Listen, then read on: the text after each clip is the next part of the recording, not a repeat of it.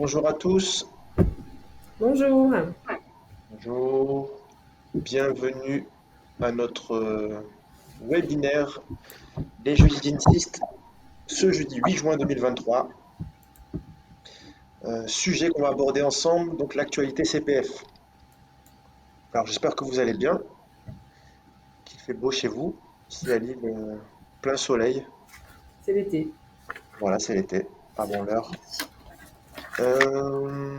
Comme d'habitude, est-ce que vous pouvez, s'il vous plaît, juste, vous avez le chat qui est à votre disposition, juste nous confirmer que tout est OK au niveau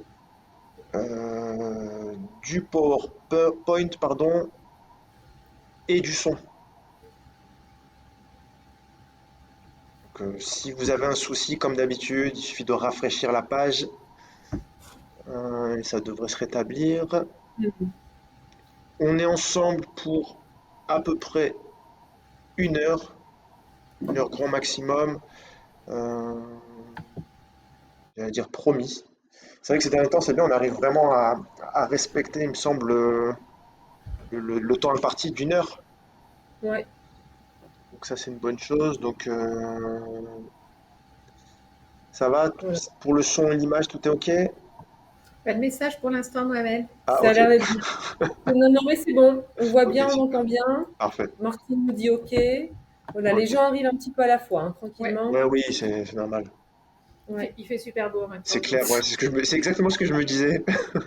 En tout cas, pour le Nord, ce qui est assez rare. Après, parenthèse, on prévoit donc il va y avoir une pause sur les webinaires, les jeudis d'Insist, entre août et septembre.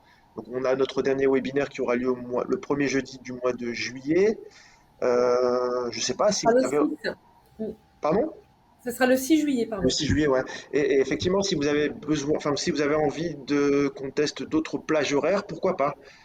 Euh, Ça peut être entre midi et deux, ça peut être le matin peut-être, je sais pas. Euh, à tester, à voir. Mhm. En tout cas, merci encore de votre fidélité. Euh, donc pour ces webinaires qu'on a l'habitude d'organiser tous les mois. Donc l'actualité CPF. Alors je me présente, Mohamed Arezi, donc dirigeant, fondateur, consultant chez Insist, et je suis avec mes deux collègues Souila et Valérie. Je vous laisse vous Alors, présenter. ouais, je me présente, donc Valérie Coquel. Donc, bonjour, bonjour à tout le monde, bienvenue à ce webinaire. Donc, moi, je suis consultante formatrice chez INSEE depuis bientôt 3 ans et plutôt sur les sujets Calliope et puis certification, répertoire spécifique et RNCP. Et moi, je suis Souila, donc coordinatrice chez Insist depuis 4 ans maintenant. Je vous accompagne sur vos problématiques de création d'organismes de formation, Calliope, tout le reste, développement. Et je suis en train d'essayer de faire un sondage aujourd'hui sur, voilà, je vous envoie une petite question. L'heure du webinaire vous convient-elle? Si vous avez 2 secondes pour y répondre. Ah oui, Comme ça, voilà, peut-être que pour nos prochains rendez-vous webinaires, on fera autrement. Mais il me semble que le jeudi soir, on est à peu près dégagé de ses obligations.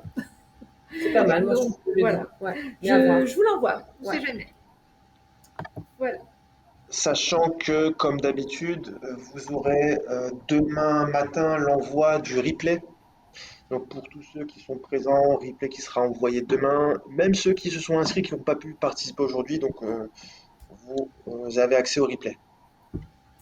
Alors, Valérie, je peux te laisser présenter. Ouais, ouais, oui, voilà. Comme ça permet aussi aux petits retardataires de se connecter tranquillement. Donc, pour ceux qui ne connaissent pas ou même les autres, un petit rappel de qui on est. Donc, INSIS, en fait, c'est donc un cabinet de conseil et un organisme de formation aussi, hein, puisqu'on fait pas mal de prestations de formation, basé donc à Lille, dans les Hauts-de-France.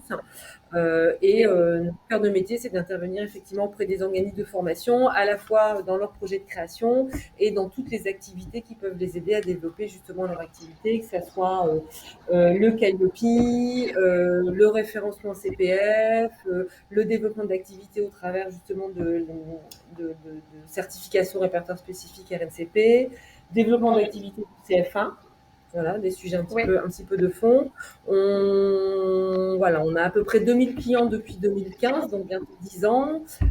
Et puis, on est à peu près une vingtaine de collaborateurs et on accompagne des organismes partout en France, quel que soit, j'ai envie de dire, le secteur d'activité, quelle que soit la taille de l'organisme de formation qui existe déjà ou en création.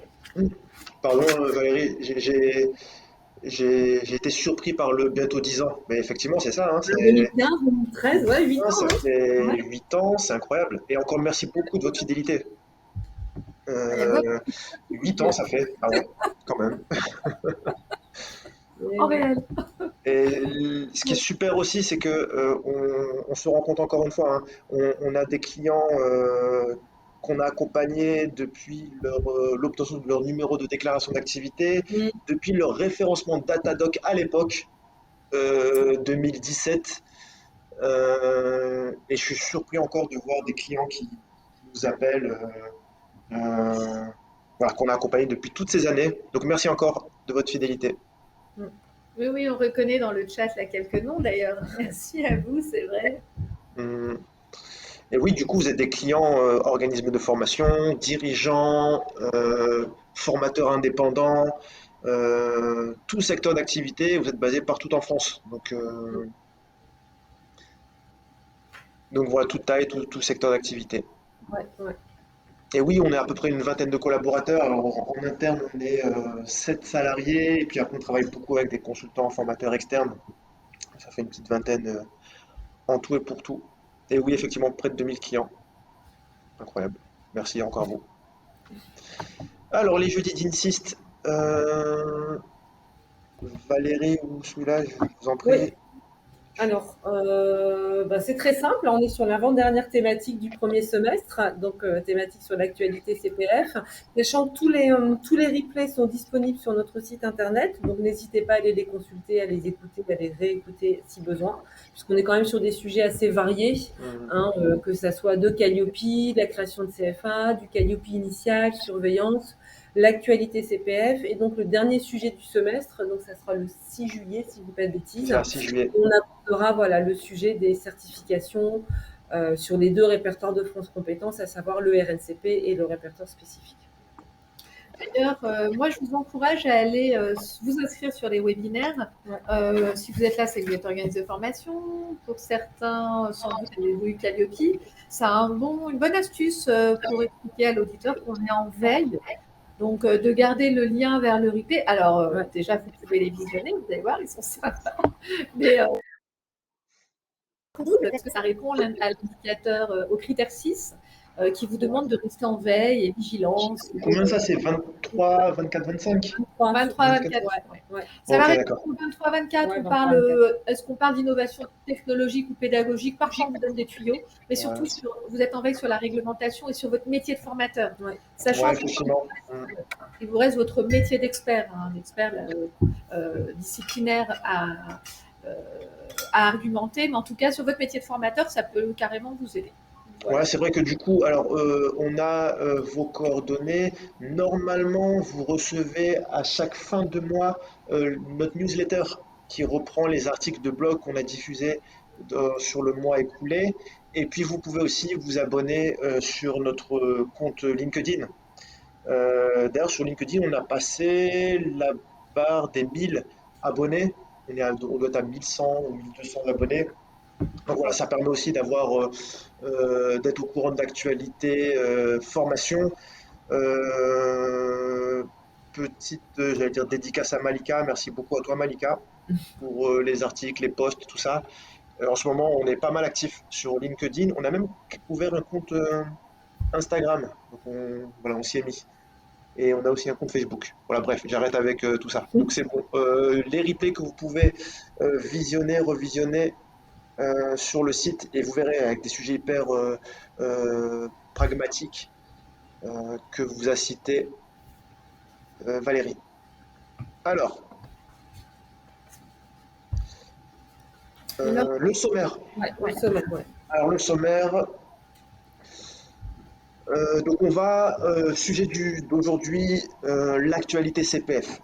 Donc on va refaire un point sur le rappel du dispositif, qu'est-ce que le CPF, quel public est ciblé via ce dispositif CPF, quels sont les critères d'éligibilité. Donc ça vous concerne, vous, centre de formation, comment rendre vos formations, comment faire en sorte d'être éligible au CPF. Ensuite, on va, à travers la deuxième partie, euh, retracer l'historique des évolutions du CPF de 2019 à aujourd'hui. Alors, on est à la 10e version des conditions générales d'utilisation. On se faisait un brainstorming avec Souila et Valérie justement sur toutes les évolutions qu'il y a eu. On va vous épargner l'exhaustivité de toutes les évolutions parce qu'il y a énormément d'évolutions qui vous ont impacté directement. Mais par contre, on va essayer vraiment de se focaliser sur les évolutions marquantes qui vous ont Notable. directement impacté dans votre gestion quotidienne. Et vraiment, encore une fois, hein, pour ceux qui ont pu diriger un centre de formation qui était positionné sur le CPF, vraiment, j'ai envie de vous dire bravo à vous et vous et votre capacité à vous adapter aux différentes évolutions. Euh, on est sur un marché, la formation continue effectivement avec une réglementation. On est nous tous tributaires, centre de formation, de la réglementation. Et c'est depuis 2019 et encore plus depuis 2021, ça a été du sport. Je pense à nous, centre de formation, je pense à vous, ça a été du sport aussi que de s'adapter aux différentes évolutions. J'ai le souvenir, j'en parlerai dans l'historique, sous la Valérie, que euh, l'année dernière, printemps 2022, ça a été incroyable à quel point on a été sollicité, notamment avec l'épisode du déréférencement des centres de formation sur les actions d'accompagnement à la création d'entreprises. Mais bref, voilà, j'en dis pas plus, on en reparlera dans la partie historique. Ne dévoile pas Tu tout. fais du teasing Voilà, là. exactement. Et puis, on parlera du référencement EDOF. Voilà, gros fait marquant aussi depuis octobre 2022, c'est l'obligation des centres de formation de passer par une étape de référencement EDOF et donc d'instruction auprès de la Caisse des dépôts pour pouvoir vous positionner sur les budgets CPF et le dispositif CPF. Et on conclura par les solutions que nous pouvons vous proposer pour vous accompagner. Mm. Alors, un petit rappel sur le dispositif CPF et les critères d'éligibilité. Valérie, Ouais, ouais, ouais. Donc un petit rappel de la définition du CPF. Alors, je vous rappelle déjà que le CPF, c'est ce qui remplace le DIF, hein, le droit individuel à la formation. Et le CPF, c'est quoi? Ben, comme son nom l'indique, c'est un compte personnel de formation. Donc c'est un dispositif effectivement légal de financement dans le cadre de la formation professionnelle continue, qui est géré donc par la Caisse des dépôts, d'accord, et qui permet comment je peux dire ça, de capitaliser sur un montant de 500 euros, donc qui est déposé sur le compte personnel de formation de chaque salarié. Dès lors que la personne commence à travailler entre 16 ans, on va dire, et utilisable jusqu'à la retraite. Donc, ce compte est alimenté à hauteur de 500 euros par an, plafonné à 5 000 euros. D'accord. Donc, au bout de 10 ans, c'est plafonné. Ça veut dire que si les gens n'utilisent pas leur CPF, ben, ça reste bloqué là-dessus. Et on passe à 800 euros et donc 8 000 euros pour les personnes en situation de handicap. Et comme je le disais, donc les bénéficiaires, ce sont toutes les personnes qui commencent à travailler, donc notamment à partir de 16 ans et jusqu'au départ en retraite. Et juste petit complément par rapport à ça, vous vous souvenez peut-être qu'au démarrage, le CPF, il était non pas comptabilisé en euros, mais en heures de formation. Hmm. J'ai plus en tête le plafond, je ne sais plus comment c'était calculé. Je sais que quand on a basculé sur du taux horaire, la conversion a été faite sur une base d'un montant de 15 euros de l'heure. Voilà. Donc on est passé d'un compteur heure à un compteur euro qui est beaucoup plus parlant pour les personnes qui utilisent leur CPF. Hmm. Mais Et il effectivement, a une petite. Après, Ouais. vas-y, Soula. ouvert la voie à pas mal de dérapages.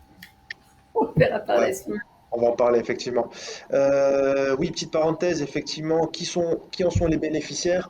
Les salariés, les demandeurs d'emploi, les élus, les salariés de la fonction publique, Mm. et aussi, j'ai moi-même été surpris à l'époque, les chefs d'entreprise, ce qu'on appelle les travailleurs non salariés, Mhm. qui cotisent notamment anciennement au RSI, qui s'appelle maintenant le SSI.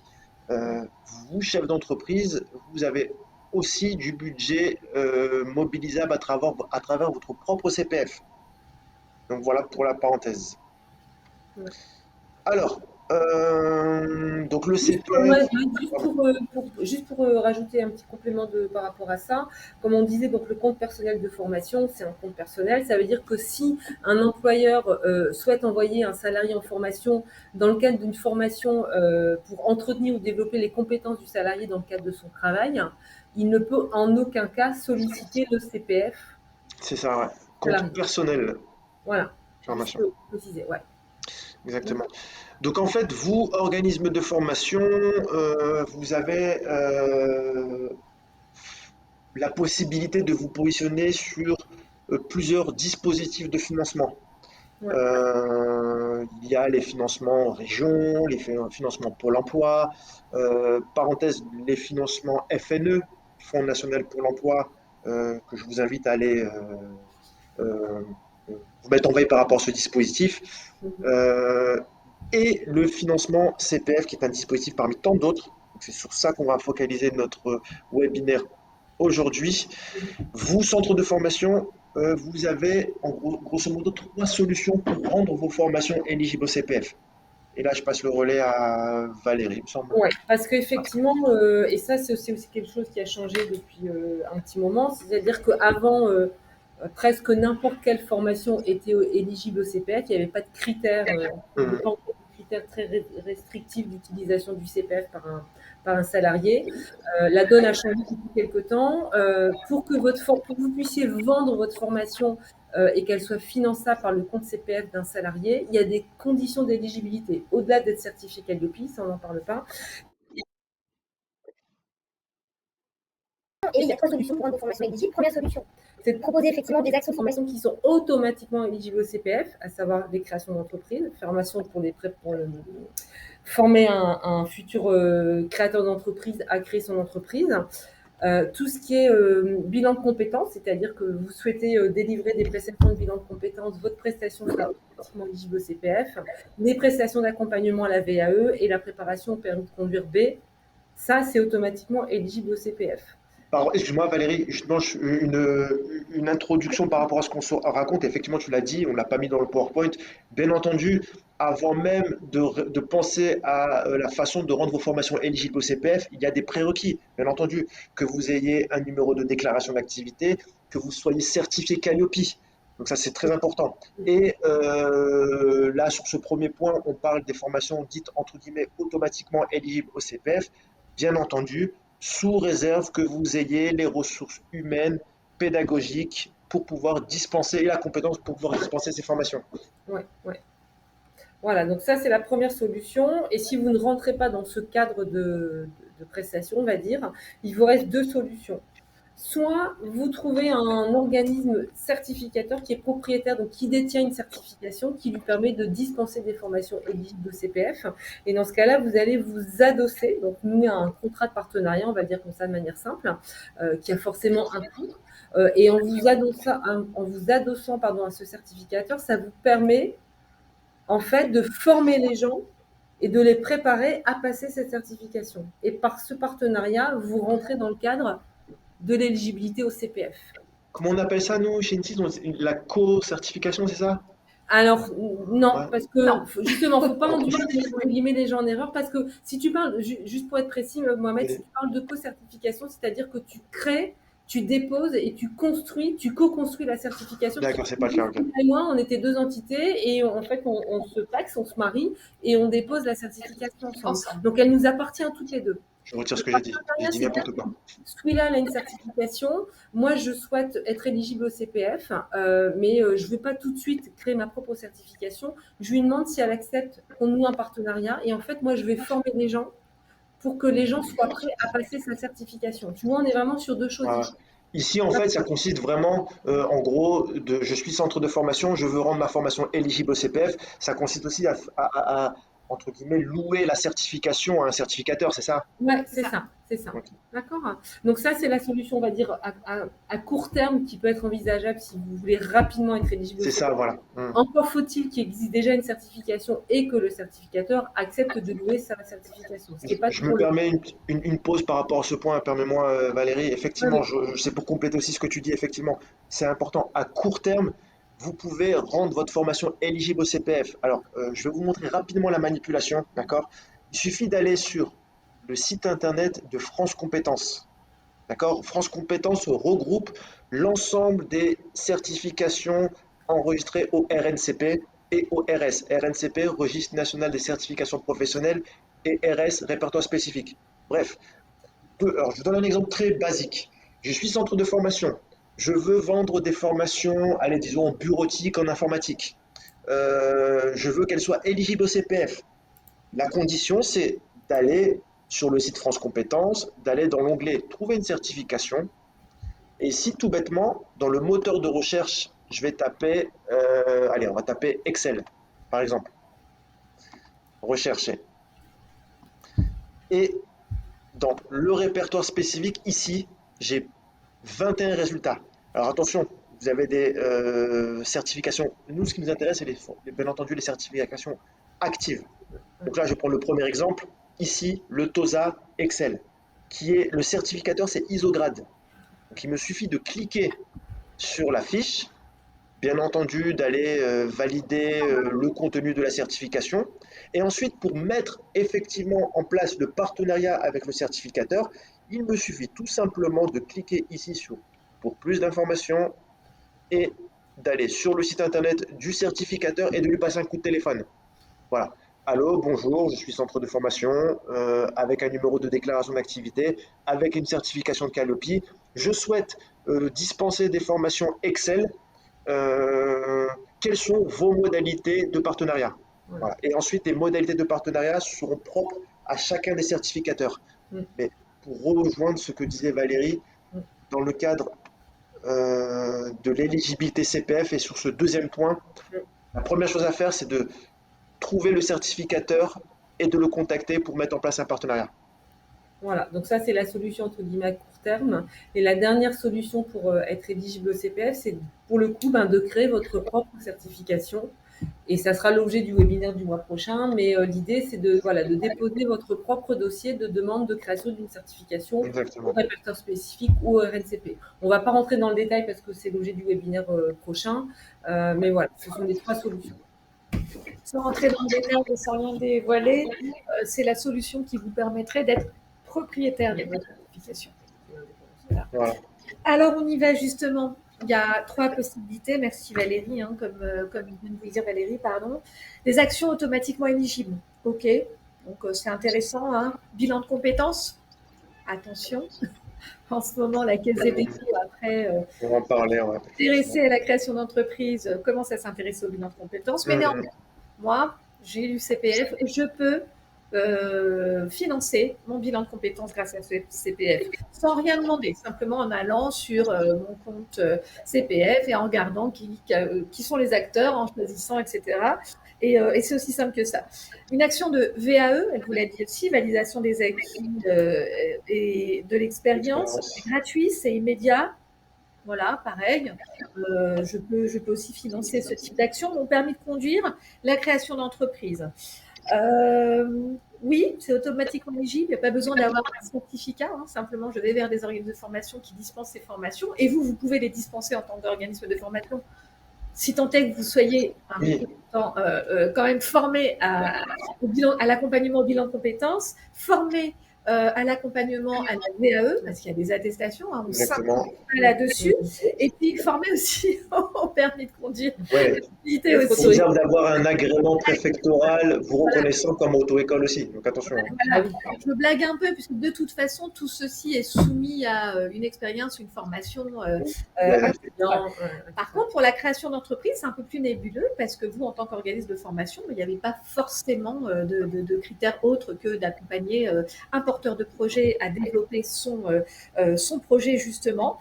Mais pour autant, donc, on a vu qu'il y avait quand même pas mal de contrôles, des déréférencements en masse. Ça, c'était la saison Ouais, printemps 2022, grosse vague de déréférencement, on va en parler. Mais oui, par rapport à ces actions, entre guillemets, automatiquement éligibles au CPF, bien entendu, voilà, quand on dit qu'elles sont gratuites pour vous, c'est-à-dire que vous n'avez pas besoin de payer un certificateur pour pouvoir les dispenser. Par contre, encore une fois, désolé, je remets vraiment j'en fais un point dessus. Il faut impérativement que vous ayez les compétences, des fois les agréments, mais que vous ayez aussi les ressources pédagogiques. Pour cela, je vous invite à aller sur Internet et valider les critères d'éligibilité de la création d'entreprise, les critères d'éligibilité du bilan de compétences. Voilà, pour bien, voilà, en cas de contrôle, vous devez être capable de présenter les ressources pédagogiques et humaines, Et ça, capable justement de former. les conditions, vous les trouvez dans les CGU, Mohamed, c'est ça, hein, de la plateforme EDOF. C'est ça, ouais. Il y a des guides d'utilisation, des critères d'éligibilité sur la plateforme EDOF directement. Ouais, ouais. Le deuxième cas, donc, c'était le partenariat plutôt que co-certification. On a rectifié la définition, c'est le partenariat ou un partenariat avec un certificateur, c'est-à-dire un propriétaire d'une certification qui vous intéresserait. Donc oui, ça c'est rapide, hein, Mohamed vous l'a bien décrit, donc je ne vais pas revenir là-dessus, c'est un coup de fil. Et puis, pas seulement, en fait, vous taquine. C'est aussi un dossier, bien souvent, parce qu'ils commencent à avoir l'habitude. Hein. Autant l'an dernier, c'était un coup de fil, on envoie une convention de partenariat, on signe, on verse les fonds, parce qu'il y a quand même de l'argent. Il y a une histoire aussi de négociation commerciale derrière. Et on attaque. Là, aujourd'hui, vous demande souvent de remplir un dossier quand même, de montrer patte blanche, d'expliquer en quoi vous êtes le centre de formation habilité, ayant les ressources C'est motivation, pour former, voilà, c'est les futurs certifiés, les C'est futurs clair. lauréats. Parce qu'il y a une responsabilité de la part du certificateur. Exactement.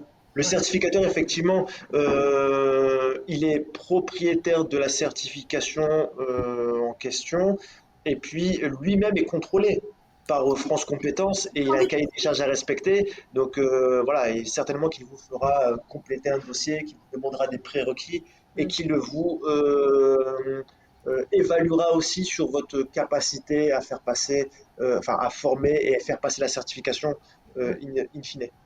Voilà, donc un partenariat, certes, mais là, les limites, c'est la dépendance. Un certificateur peut aussi décider de ne pas renouveler le partenariat, par exemple, et du coup, au bout d'un an, vous retrouvez un peu le bec dans l'eau, à vous dire, mais j'ai plus de certification, j'ai plus de formation éligible au CPF, c'est arrivé. Le coût aussi, forcément, c'est pas gratuit. Vous imaginez bien, c'est pas simplement, c'est pas un prêt, c'est vraiment une location finalement, tout à fait. Donc, et là c'est pareil, autant au début, les coûts variés, ils varient toujours. Hein. Là, on n'a pas de fourchette en tête, mais des fois ça peut être très très court. Effectivement, ça peut être 1000 euros, ça dépend, ça peut être aussi 1000 euros à l'année, ça peut aussi dépasser les 2000 euros à l'année, ça dépend. Et encore une fois, ça c'est propre à chaque certificateur. Chaque certificateur aura son propre cahier des charges concernant les modalités de mise en place, de partenariat et les modalités financières aussi. Donc ça va, c'est pour ça qu'on parlait de sorte de location en fait de la certification, avec forcément contrepartie financière. C'est ça. Faites attention aussi si vous partez sur cette solution qui, à court terme, peut être vraiment hyper intéressante. Hein.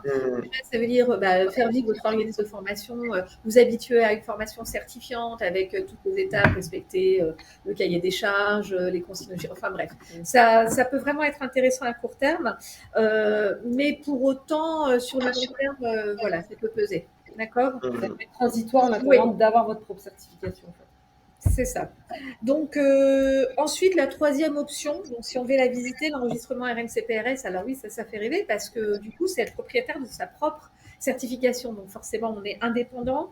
On peut soi-même être dans la posture, vous vous rappelez, de la ligne du dessus, d'être celui qui propose sa certification, donc il la loue, donc qui peut aussi, ça peut générer aussi des entreprises.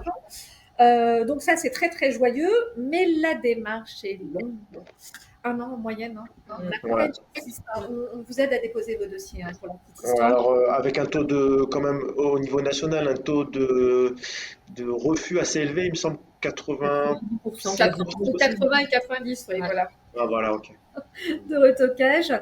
Donc, c'est une démarche longue, coûteuse, hein, parce que forcément, on n'y va pas tout seul. En général, il vaut mieux prendre la tâche d'un ingénieur pédagogique ou de quelqu'un dont voilà, c'est le métier. Ça demande aussi d'avoir un peu d'antériorité pour pouvoir expliquer au législateur qui est France Compétences pourquoi, mais ça, on vous l'expliquera au prochain webinaire. Je vais passer les détails, mais donc de l'antériorité, des ressources en ingénierie en interne, bien sûr. Et puis, et ça vous demande, c'est ce que j'allais vous dire tout à l'heure aussi, quand vous choisissez une certification, faites attention à son activité. Regardez si elle est toujours active, si vous n'êtes pas en train d'acheter quelque chose qui dans 6 mois sera Risque désactivé. de disparaître. Voilà, il y a une date, hein, entre Ouais. 1 an, je dirais, et 5 ans. Ouais. Un dépôt chez France Compétences. Donc là, faites attention aussi au renouvellement. Voilà, donc dans tous les cas, on vous demande d'avoir les ressources pédagogiques en interne. Il y a des risques de plus en plus fréquents de la directe, mais pas que de l'adresse, pardon, la caisse des dépôts, en fait, de tous ceux qui vont peu ou prou financer, notamment sur les formations. Il y a eu en création et reprise d'entreprise beaucoup en bilan de Plein de compétences, exactement. et puis la stratégie de co-certification en attendant votre propre certificat, pourquoi pas. Ça peut être une Ouais, bonne solution. ça peut être une Ouais. bonne solution. Ouais. Tout à fait. J'ai fini ma lettre. Voilà. Donc, quelques chiffres sur le CPF. Donc, le nombre de centres d'OF, d'organismes de formation, présents sur mon compte formation.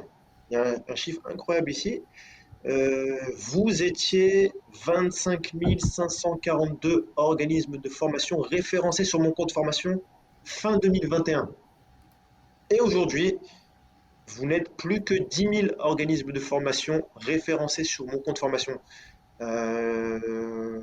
J'allais m'aventurer à faire le calcul, mais ouais, ça fait beaucoup. Ça fait 1% en moins, si je me suis pas exact. trompée sur le calcul, ouais. Ah, merci. Ça Donc fait du coup, incroyable. 60% en moins, ouais. Incroyable. Donc du coup, on va parler après des raisons qui ont fait que justement il y a eu autant de centres de formation déréférencés aussi et qui ne sont plus présents. C'est que voilà, le dispositif a été mis en place en 2019 avec une certaine facilité pour se positionner sur les formations éligibles au CPF.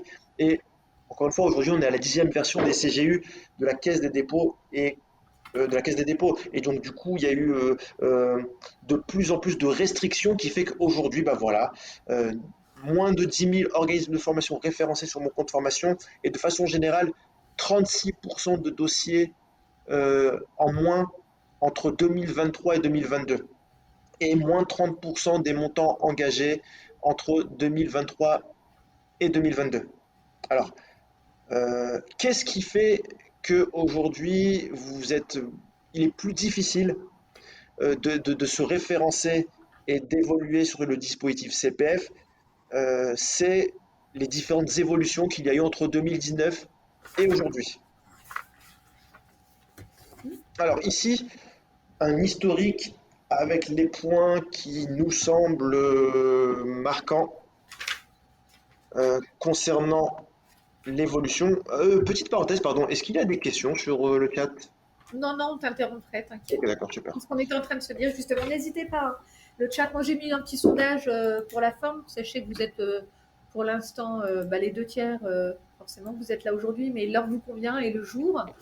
Quelqu'un proposera un autre horaire, mais je ne sais pas lequel. N'hésitez pas à me le dire dans le chat. Et si vous avez bien entendu des questions au cours de webinaire, n'hésitez pas à les poser sur le chat.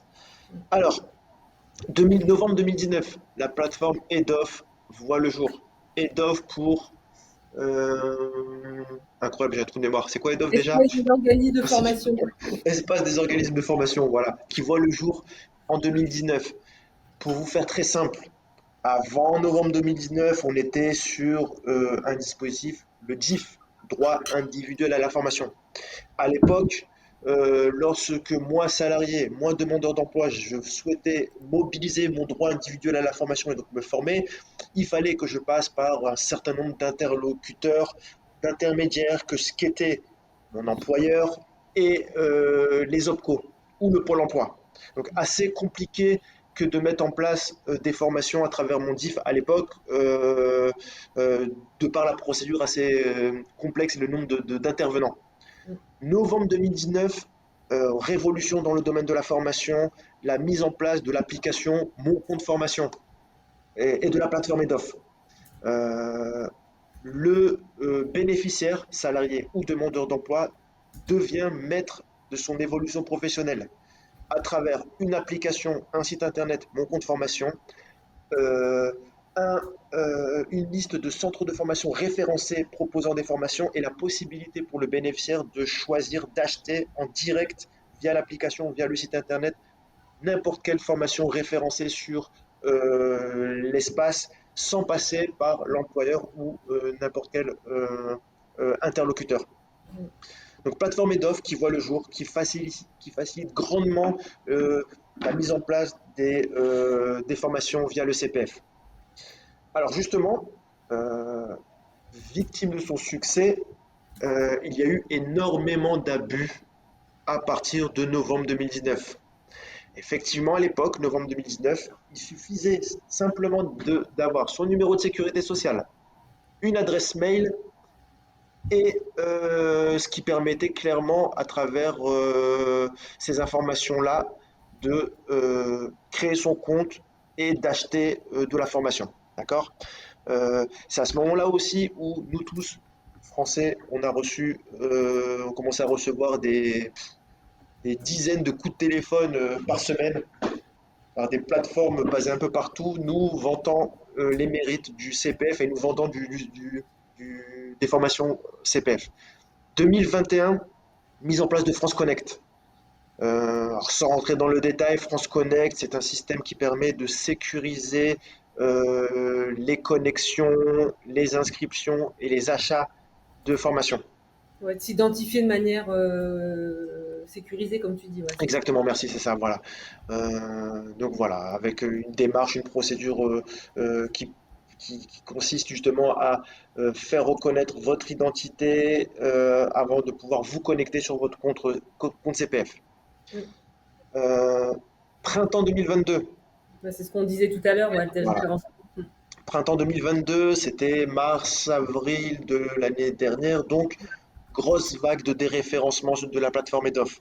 Ceux qui étaient ciblés à l'époque, c'était les centres de formation qui proposaient de ce qu'on appelle de l'ACRE, de l'accompagnement à la création reprise d'entreprise.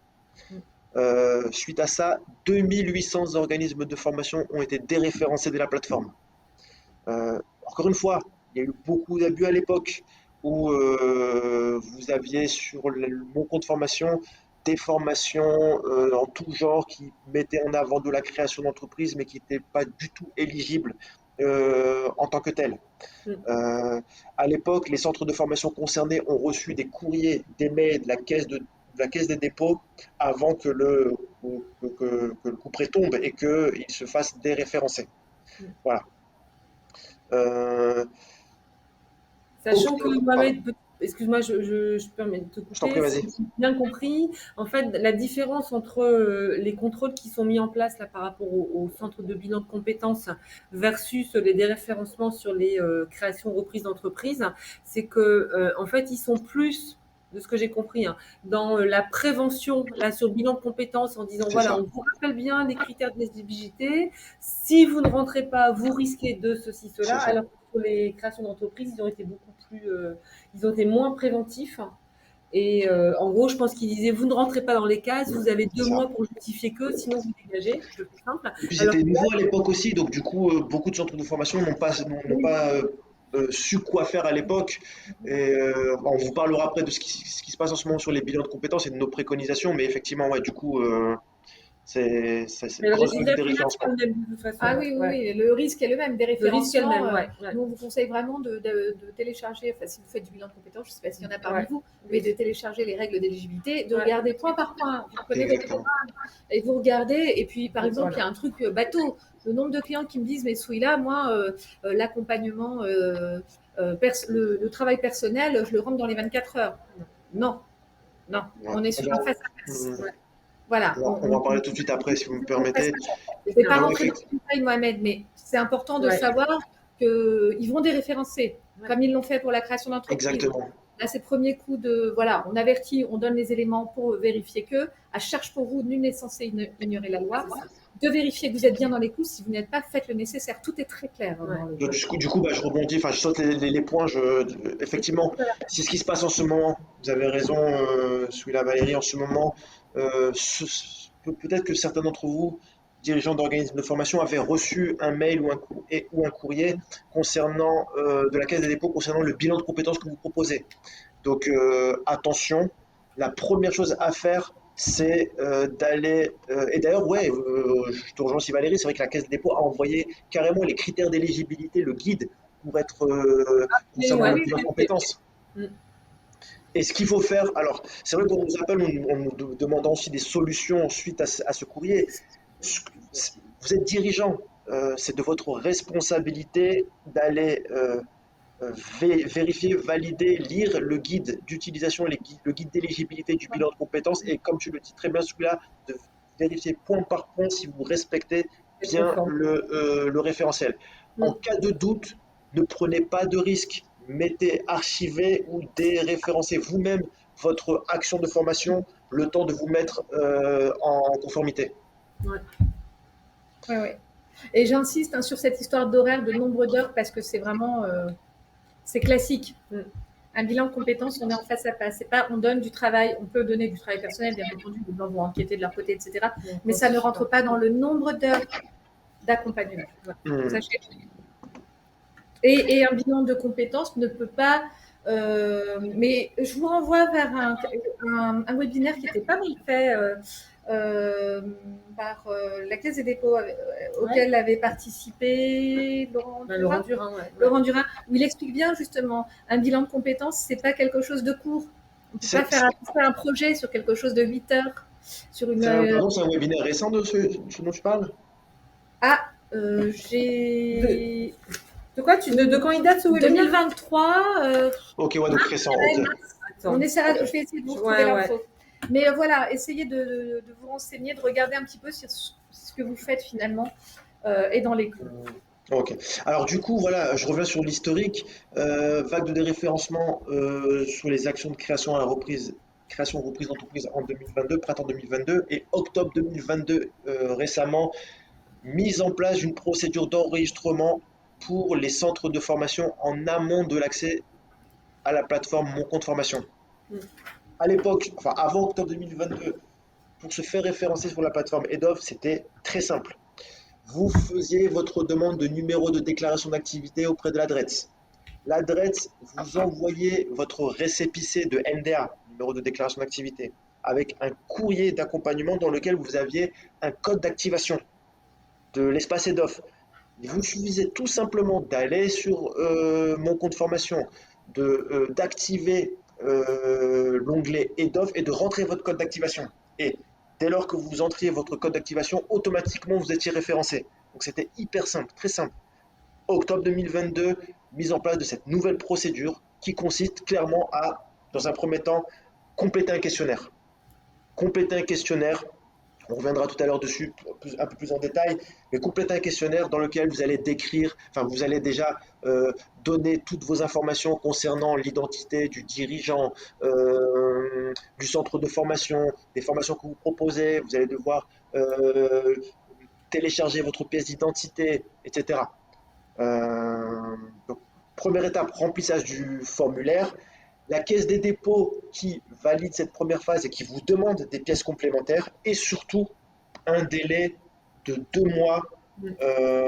qui est le temps de l'instruction de la caisse des dépôts. Donc voilà, et donc là, on n'est plus sur un référencement entre guillemets automatique, mais on est sur une demande, une procédure d'enregistrement qui est faite directement sur votre compte EDOF auprès de la caisse des dépôts avec un délai de 2 mois. Donc voilà. Mm. Et même si ça s'est, on a l'impression, assoupli ces derniers temps, avec aussi beaucoup de difficultés, vous, centre de formation, à vous référencer. Je reviendrai dessus après. Il y a quand même, enfin, il y a des critères d'éligibilité pour se faire référencer sur EDOF. Mais voilà, donc du coup, depuis octobre 2022 et la mise en place de cette procédure, euh, ça a radicalement stoppé, bloqué l'accès au financement CPF. Et c'est ce qui fait aussi, quand j'évoque toute cette historique, ce qui fait que finalement, on se retrouve sur un nombre de centres de formation référencés qui a diminué très fortement. À l'époque, on était sur un référencement quasi automatique. Aujourd'hui, voilà, il y a plusieurs contraintes et difficultés avant d'être référencé. Mm. Décembre 2022, donc très récemment, loi promulguée marquant la fin du démarchage commercial pour les titulaires du CPF. Et enfin, j'ai envie de dire Enfin, c'est ce enfin. que j'allais dire. Et puis il y a eu beaucoup d'abus, effectivement. Ouais. Ouais, le truc, c'est que c'était incroyable. Je sais pas vous, mais voilà, on s'est retrouvés, nous tous, à titre personnel, assaillis de coups de téléphone via des plateformes nous proposant du CPF. Et depuis décembre 2022, donc loi promulguée interdisant le démarchage par téléphone, par mail par texto et sur les réseaux sociaux. D'ailleurs, sur les réseaux sociaux, on ne voit plus, ou quasiment plus, je pense, d'offres de formation éligibles au CPF. Donc c'est ce qui fait aussi que voilà, on est moins sollicité. Et encore une fois, c'est un énième point qui vient justement justifier la baisse, enfin la difficulté d'accès pour vous, centre de formation, au budget CPF. On en a parlé à l'instant avec Souya et Valérie. En ce moment même, on est sur la Caisse des dépôts et sur des contrôles des centres de formation qui proposent des bilans de compétences. Donc si c'est votre cas, on rappelle, allez lire euh, précisément les critères d'éligibilité, bilan de compétences. Au moindre doute, archivez votre formation sur EDOF et mettez-vous en règle. Voilà. Et en attente, on en a tous certainement entendu parler, ce qu'on appelle le reste à charge et les conditions de sous-traitance pour vos formations CPF et l'obligation de Calliope. Alors, c'est pas l'objet de notre webinaire aujourd'hui. On va pas du tout nous aventurer sur des préconisations concernant le reste à charge. Mais ce qu'il faut retenir, parce que Valérie, il me semble que une loi est sortie, c'est ça? En fait, si j'ai bien compris, oui, la loi, effectivement, parce que je pense que ça faisait partie de la loi finance. Loi de finances. Voilà. Donc, ça a été voté dans la loi de finances. Par contre, il faut qu'il y ait le décret d'application qui soit publié au journal officiel Ok. pour que ça soit acté. Or, à aujourd'hui, effectivement, ce reste à charge de 30% et puis l'obligation d'être Calliope pour les sous-traitants dans le cadre du CPF, ça, pour l'instant, on est toujours en attente des Voilà. décrets d'application. Effectivement, donc aujourd'hui, voilà, pas d'application concrète et donc du coup, on n'est pas en mesure de vous Mais répondre. ça va de bientôt tomber. Ouais. Ce qui se dit, coupez-moi si je me trompe ou complétez, n'hésitez pas. Ce qui se dit, c'est que il y aurait un reste à charge équivalent à 30% pour les salariés. Attention, les salariés qui souhaiteraient euh, acheter une formation éligible au CPF. Ouais. Donc voilà, Pareil, 30%. les demandeurs d'emploi n'auraient pas de reste à charge, Ouais, les demandeurs d'emploi ne seraient pas concernés. ne seraient pas concernés. Non. Donc, Ni et- les salariés pour lesquels l'employeur Abonde. participe. Ah bon, Ouais. voilà. voilà, on en parlait tout à l'heure avec Souila avant le webinaire. Tu disais, Souila, que clairement, ça va radicalement aussi, encore une fois, freiner le développement des activités de formation Ben financière, oui. forcément. Ouais. Ouais. Ok, d'accord. J'attends peut-être un développement, mais c'est pas grave. Ah, pardon. Oui, ça va impacter forcément, puisque le reste à charge, ça veut dire quoi? Ça veut dire que le particulier va regarder à deux fois maintenant Ouais, avant c'est clair. d'utiliser son CPF, avant de Mm. mobiliser, mettons une formation à 1000 euros, il y a quand même un reste à charge de plus de 300 Ouais, euros. Qu'est-ce qu'on fait avec ça? Il faut que j'aille voir mon employeur pour savoir s'il peut abonder. Ok. Donc, ce qui était un droit individuel, je faisais un peu ce que je voulais de mon CPF. Je pensais à une reconversion peut-être pour partir. Ok, je vais voir mon employeur et je lui demande si ouais. Hmm, voilà, ça peut aussi très très bien se passer, mais voyez que les règles du jeu changent. Ça veut hmm. dire que le particulier va peut-être faire attention avant de mobiliser son CPF et du coup à vous solliciter, tout simplement. Donc il y a quand même des syndicats, enfin des réseaux de formateurs qui sont sur le coup et voilà, il y a eu un effet d'annonce, un politique, voilà, qui s'est confié à un journal en disant voilà, il va y avoir un reste à charge, très bien. On attend le décret d'application, Mm. mais les conséquences seront relativement Mm. lourdes pour les organismes, les Là, petits organismes de formation. On c'est peut clair. Et, l'imaginer. puis, et du coup, c'est vrai qu'on faisait tout à l'heure le calcul sur un bilan de compétences. Je suis salarié, je cherche je veux peut-être un projet de reconversion professionnelle. Je souhaite financer un bilan de compétences sur un bilan de compétences qui coûterait 2400 euros ou 2100 euros pour faire simple. Voilà, j'aurais quand même un reste à charge de plus ou moins 700 euros à payer de ma poche. Donc, du coup, effectivement, ça risque de marquer un frein sur, ou en tout cas, difficulté Ouais. pour le financement. C'est ça. Et sans parler du côté un peu frustrant, j'ai 5000 euros sur mon compte CPF. Je veux suivre un bilan de compétences qui coûte 1400 euros. J'ai largement l'argent qu'il faut sur C'est mon vrai. compte. Pour autant, Je dois rajouter. je dois rajouter. Donc, ça va vraiment freiner. Ça risque Donc de. effectivement, donc on attend le décret d'application pour voir concrètement comment vous allez pouvoir vous adapter à tout ça. Ouais, et on attend toujours les conditions de sous-traitance parce qu'il se dit pareil. aussi que vous, centre de formation qui êtes référencé sur EDOF et qui faites appel à des formateurs indépendants ou même centres de formation en sous-traitance, euh, euh, vous allez devoir forcément, on sait que le sous-traitant, formateur sous-traitant doit obligatoirement avoir un numéro de déclaration d'activité, donc ça c'est Mm, voilà, c'est acté depuis un moment, mais en plus il devrait apparemment lui-même être certifié Calliope. mm. Voilà, donc ça c'est encore en attente de décret d'application. On vous tiendra au courant en temps venu. Mais voilà, encore une fois, euh, là aujourd'hui, c'est ce que je disais en dernier point, on est à la 10e version des conditions générales d'utilisation. Il y a eu énormément d'évolutions, de changements, on va dire d'évolutions plutôt sur le dispositif CPF. Et encore une fois, félicitations à vous qui êtes obligé aussi de vous adapter euh, à une fréquence assez élevée pour pouvoir justement vous développer.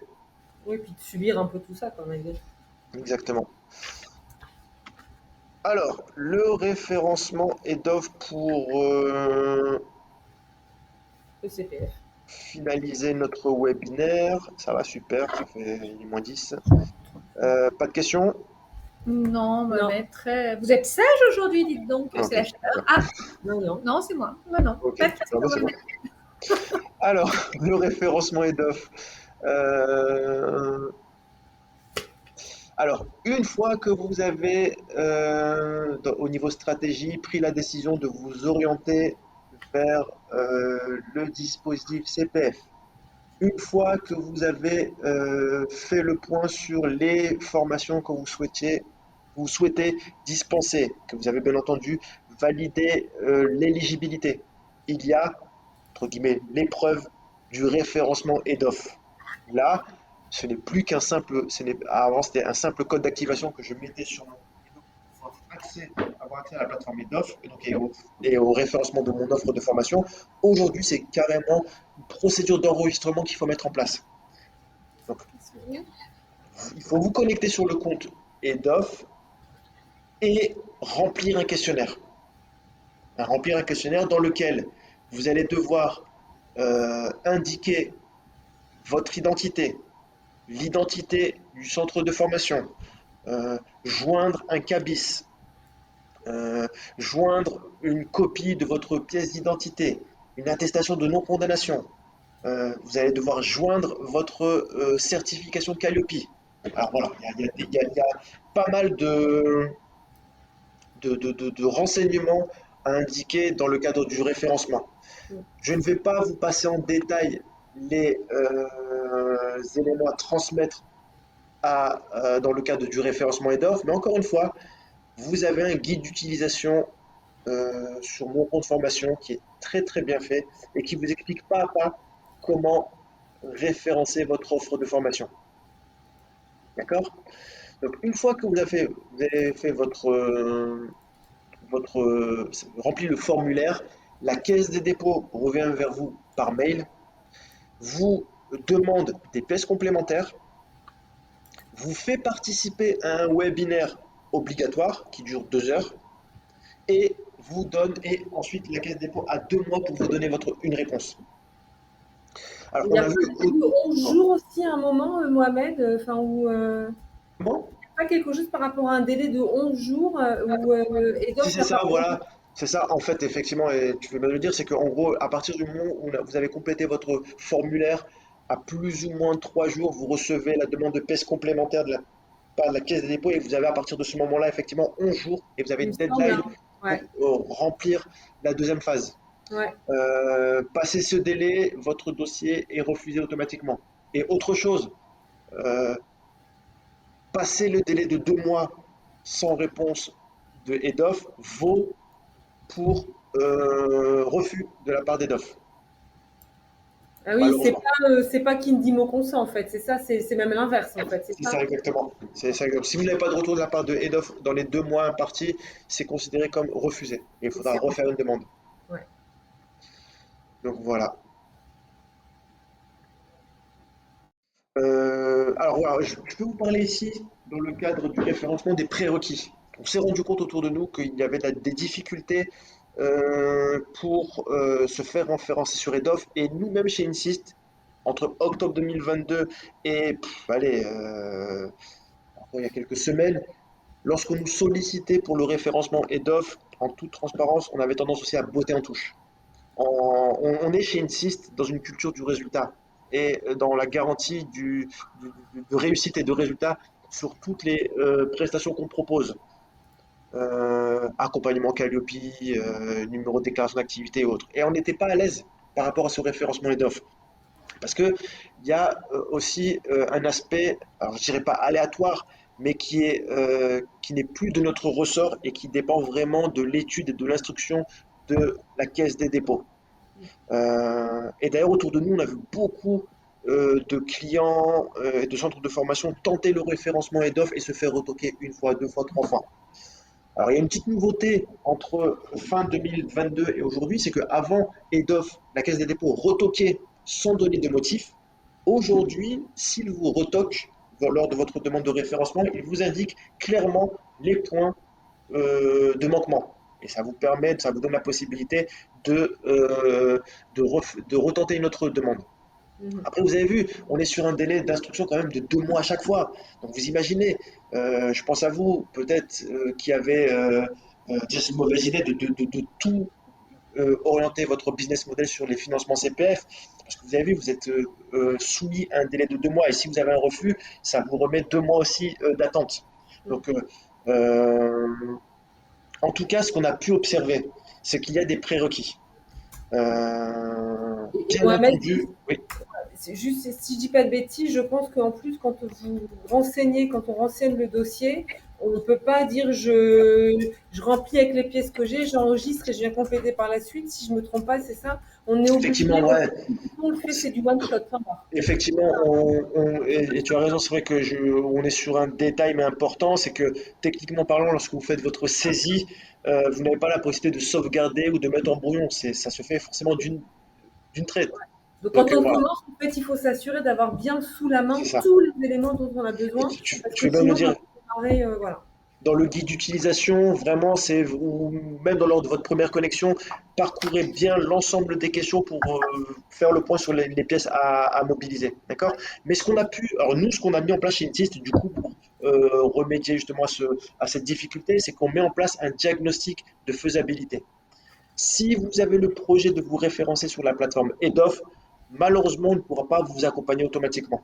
Donc, dans le cadre d'un diagnostic, d'un entretien, on échange avec vous, on vous pose des questions sur votre entité, sur votre offre de formation, et on décide ensuite d'y aller ou pas. D'accord? L'idée, c'est de maximiser les chances de référencement. Mais ce qu'on a pu observer, pour vous faire très simple, c'est que il y a des critères d'éligibilité pour être référencé sur EDOF et l'un des critères majeurs quand même, c'est de bel et bien avoir les compétences, mais c'est logique, hein, d'avoir les compétences, les ressources pédagogiques en interne, c'est-à-dire avoir les formateurs en interne, salariés, dirigeants, associés, ayant les diplômes, les compétences pour pouvoir dispenser la certification, la formation et la certification visée. Si vous faites appel à des formateurs externes, la Caisse des dépôts vous réclamera le numéro de déclaration d'activité de vos formateurs externes. Et il faut que vous ayez les contrats de sous-traitance, les diplômes, le CV de vos formateurs externes.